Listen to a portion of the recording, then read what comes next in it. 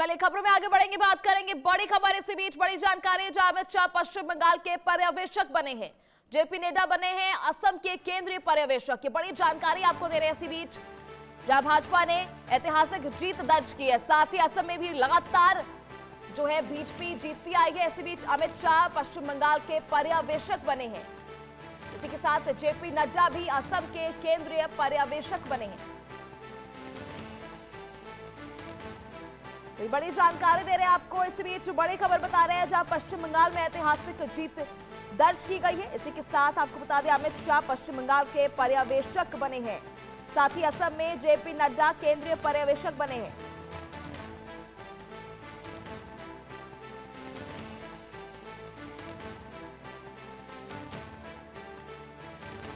तो बड़ी जानकारी आपको बता दें, लगातार जो है बंगाल में सियासत गर्म होती नजर आ रही है। लगातार जो है विपक्ष की तरफ से बड़े दावे किए जा रहे थे। साथ ही यहां पर शपथ ग्रहण की तैयारियां भी तेज हो रही थी, जहां अमित शाह की आज बड़ी बैठक होने वाली थी भाजपा नेताओं के साथ। इसी बीच बड़ी खबर, बड़ी जानकारी आपको बता दें।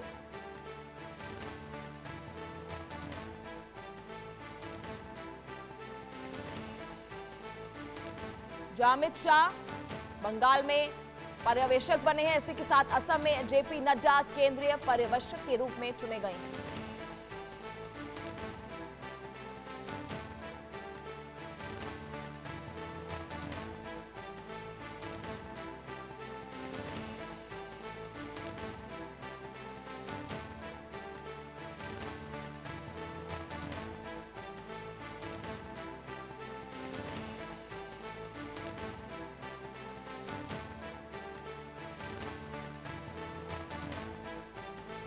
तस्वीरें भी आपको दिखा रहे हैं इस वक्त। आपको बता दें, बंगाल चुनाव से पहले भी अमित शाह काफी ज्यादा जो है रैलियां करते हुए नजर आए थे, जन संबोधन करते हुए नजर आए थे। आपको बता दें, पश्चिम बंगाल के हर जिले में खुद अमित शाह पहुंचे थे। लगातार जो है चुनाव की तैयारियां करते हुए नजर आए थे। इसी बीच ऐतिहासिक जीत जो है वो भाजपा को मिली है, जिसके बाद ये बड़ी जानकारी आपको दे रहे हैं। चलिए, ज्यादा जानकारी के लिए हमारे साथ सीनियर एडिटर संजय शर्मा इस वक्त मौजूद है। संजय जी, क्या कुछ जानकारी इसको लेकर, किस तरह से देखा जा रहा है इसे?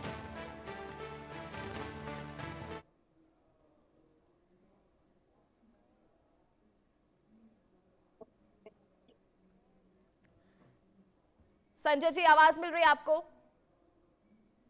जी, फिर से रिपीट करेंगे क्वेश्चन? जी संजय जी, बड़ी जानकारी आ रही है। इसी बीच ऐतिहासिक जीत जो है वो भाजपा ने दर्ज की है, किस तरह से देखा जा रहा है इसे?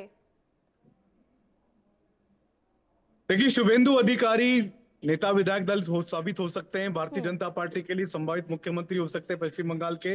लेकिन विधायक दल की बैठक बुलाई जा रही है वहां पर विधायक दल का नेता चुनने के लिए, और भारतीय जनता पार्टी ने अपनी तरफ से केंद्रीय पर्यवेक्षक के रूप में पश्चिम बंगाल का मुख्यमंत्री तय करने के लिए केंद्रीय गृह मंत्री अमित शाह को चुना है। तो ये बहुत बड़ी बड़ी बात है कि केंद्रीय गृह मंत्री अमित शाह खुद केंद्रीय पर्यवेक्षक बन गए पश्चिम बंगाल जा रहे हैं। उनके साथ में ओडिशा के मुख्यमंत्री मोहन चरण मांझी को भी भेजा जा रहा है केंद्रीय पर्यवेक्षक बना करके। तो ये दोनों नेता जाकर के विधायक दल के नेता का चुनाव करेंगे, और हो सकता है कि शुभेंदु अधिकारी के नाम पर मोहर लग जाए। लेकिन विधायक दल की बैठक औपचारिक रूप से इस बात पर मोहर लगाएगी कि नेता कौन होगा, मुख्यमंत्री कौन होगा। तो जल्दी ही मुख्यमंत्री के नाम का ऐलान बीजेपी की तरफ से कर दिया जाएगा। इसी तरह से असम में संभावित मुख्यमंत्री इस बार फिर से हेमंत बिस्वा शर्मा होंगे, लेकिन उनके नाम का ऐलान करने के लिए बीजेपी के विधायक दल की बैठक बुलाई जा रही है। और विधायक दल की बैठक के लिए केंद्रीय पर्यवेक्षक के लिए केंद्रीय मंत्री जेपी नड्डा को नियुक्त किया गया है। साथ ही साथ हरियाणा के मुख्यमंत्री नायब सिंह सैनी को भी केंद्रीय पर्यवेक्षक बना करके असम भेजा जा रहा था। दो राज्यों में जहां पर की बीजेपी को प्रचंड बहुमत मिला है, असम में बीजेपी हैट्रिक बना रही है, पश्चिम बंगाल में बीजेपी की सरकार पहली बार बनती नजर आ रही है। तो वहां पर बीजेपी ने अपने दोनों केंद्रीय पर्यवेक्षकों की नियुक्ति कर दी है, और साथ ही साथ उन दोनों राज्यों के मुख्यमंत्री के नाम का ऐलान भी जल्दी हो जाएगा। और ये माना जा रहा है कि 10 मई के पहले पहले, चाहे पश्चिम बंगाल हो चाहे असम हो, दोनों राज्यों में शपथ ग्रहण समारोह भी हो जाएगा। जी संजय जी, क्या कुछ अनुमान लगाया जा रहा है? 10 मई तक शपथ ग्रहण जो है वो संभव है? कब तक जो है इन नामों का ऐलान कर दिया जाएगा?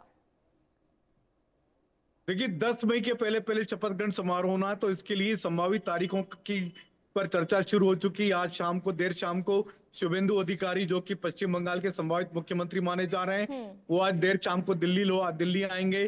केंद्रीय गृह मंत्री अमित शाह और प्रधानमंत्री नरेंद्र मोदी से उनकी मुलाकात हो सकती है।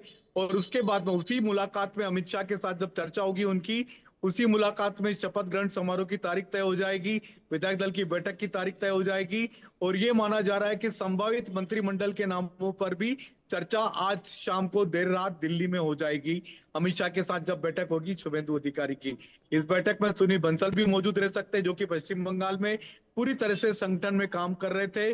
और पूरी तरह से उन्होंने, जिस तरह से शुरुआत से पिछले 2 साल से वो पश्चिम बंगाल में संगठन का काम देख रहे थे, और एक एक चीज जो पश्चिम बंगाल में जो संगठन ने खड़ी की है, उसके पीछे सुनील बंसल और केंद्रीय मंत्री भूपेंद्र यादव की बड़ी भूमिका रही है।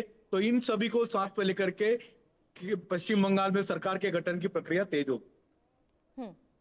संजय जी, जिस तरह से देखा जा रहा है, आज जो है देर रात या कल सुबह तक ये बैठक हो सकती है। इस बैठक में कौन कौन शामिल हो सकते हैं और किन मुद्दों पर चर्चा हो सकती है? और बात करें शुभेंदु अधिकारी की, तो इनके अलावा और किसके नाम जो है फिलहाल चर्चा में माने जा सकते हैं, किसकी संभावनाएं बनी हुई है?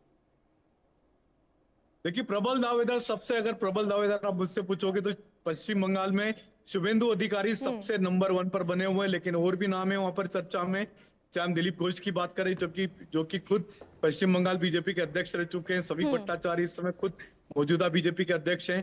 तो ये भी, इन नामों पर भी चर्चा हो सकती है। लेकिन सबसे प्रबल दावेदार शुभेंदु अधिकारी हैं, जिन्होंने पिछली बार भी खुद मुख्यमंत्री ममता बनर्जी को चुनाव हराया था, नंदीग्राम से हराया था।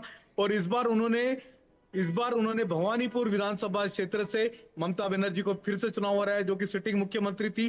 दो बार उन्होंने सिटिंग मुख्यमंत्री को चुनौती देकर के चुनावी मैदान में पटकनी दी है, चुनाव हराने का काम किया है। तो बीजेपी के सबसे बड़े स्टारवार्ड और सबसे बड़े बहुत शुक्रिया आपका जुड़ने के लिए, तमाम जानकारी साझा करने के लिए।